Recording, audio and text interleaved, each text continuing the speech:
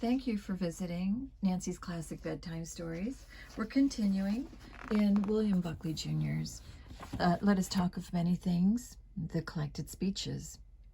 And we begin. Scholar, fighter, Westerner. Remarks introducing Jacques Soustelle at a National Review Forum, Hunter College, New York, December 1, 1960. This was another event at Hunter College. The guest of honor, a brilliant anthropologist and hero of the French resistance, a socialist and an intimate of President Charles de Gaulle, who, however, staunchly opposed a French withdrawal from Algeria. That was then the greatest enthusiasm of the anti-colonist movement. An interesting sequel. An official of Hunter College sat in on Soustelle's speech, and a week later we received notice that Hunter College would no longer provide its facilities for our forums. The New York Civil Liberties Union championed our cause. Hunter College is city property, and forced a reversal by the Hunter administration. What Cuba is for us, Algeria is for Europe. As it goes in Cuba, so is it likely to go in Latin America. As it goes in Algeria, so it is likely to go in Europe. The question is no longer whether this is so, but whether the relevant people can be made to realize that this is so. We see in Venezuela a classic confutation of the dream theory that all we need to bring social serenity and progress in Latin America is to elect a good socialist to power in a democratic election. We know now that it is not so simple. The nations cannot be run by local chapters of the Americans for Democratic Action. Every nation is different, yet every nation is individually subject to a universally insistent pressure generated by the wildness in the human spirit and organized by the communist movement, which aims at ferment and the collapse of the civil society.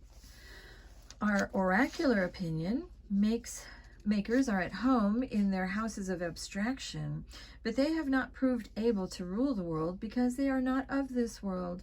They cannot understand the composition of society as far away as Little Rock or New Orleans, let alone Cuba or Venezuela.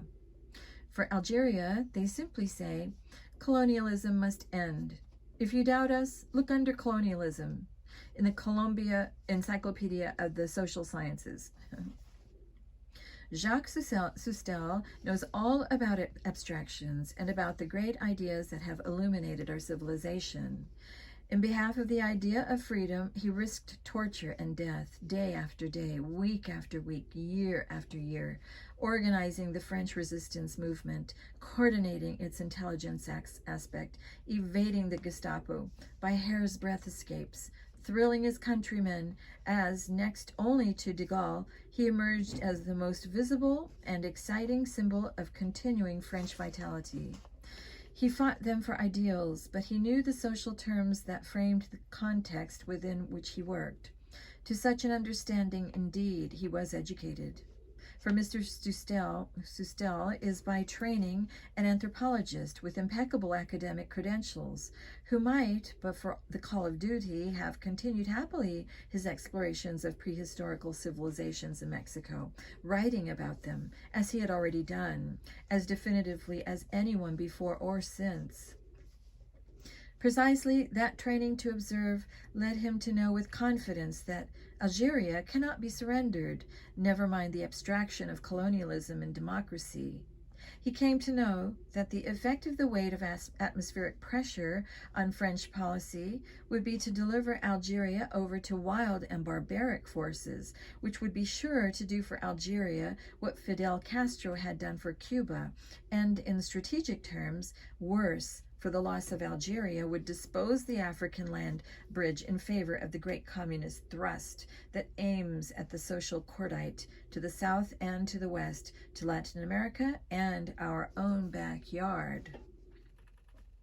The crucial distinction today is between men who accept history and men who make it. We are told, often by the same people who want for all the world a single government, that one government is not enough for France and Algeria.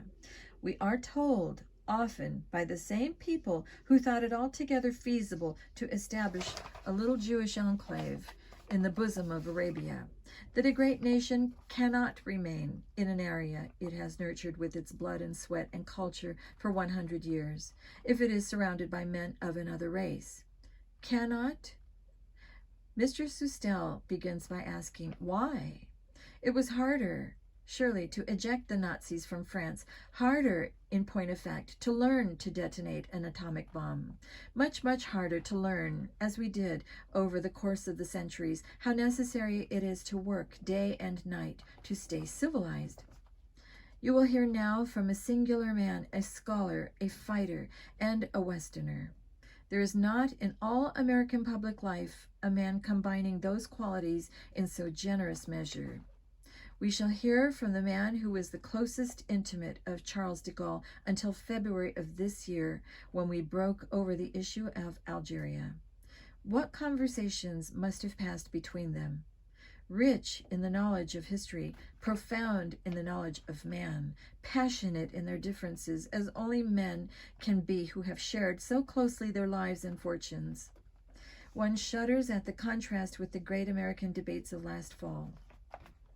Herewith, the former minister delegate of France, the former governor general of Algeria, former head of the Free French Resistance Movement, author of The Daily Life of the Aztecs on the Eve of the Spanish Conquest, Mr. Jacques Soustelle.